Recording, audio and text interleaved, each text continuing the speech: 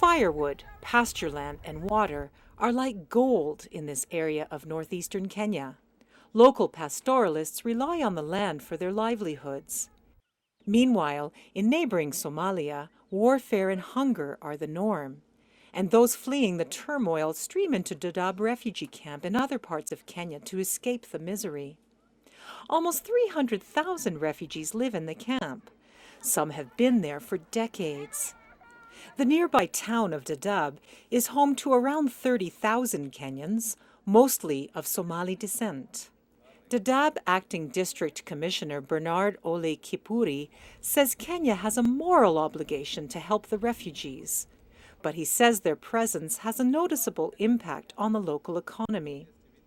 Definitely there's been a lot of depletion of resources, especially water, pasture, because the refugees come with livestock, they come with large numbers of, large herds of livestock.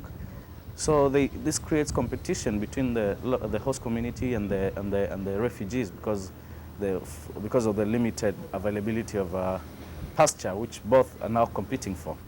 Kipury says that puts the refugees and local Kenyans in conflict, especially during times of drought.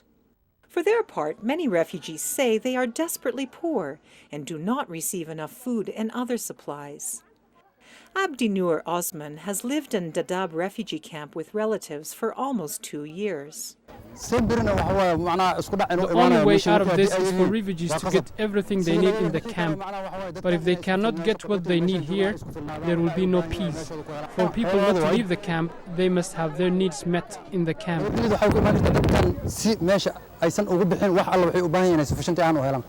To ease resentments within the local community, aid groups and the United Nations have set up income-generating projects in and around Dadaab town.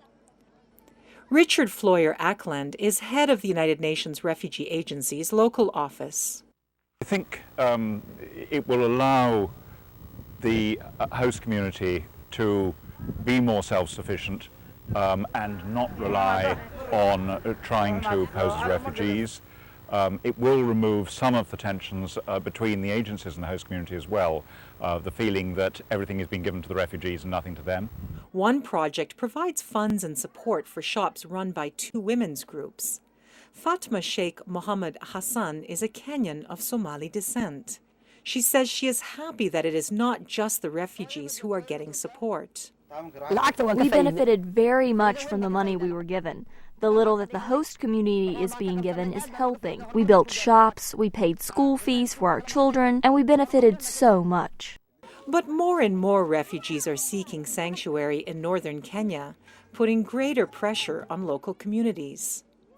The United Nations' Richard Floyer Acland says the Dadaab refugee camp expands by about 5,000 people each month, with the new arrivals having to find a place to live on the existing grounds. Kathy Maitani for VOA News, Dadaab.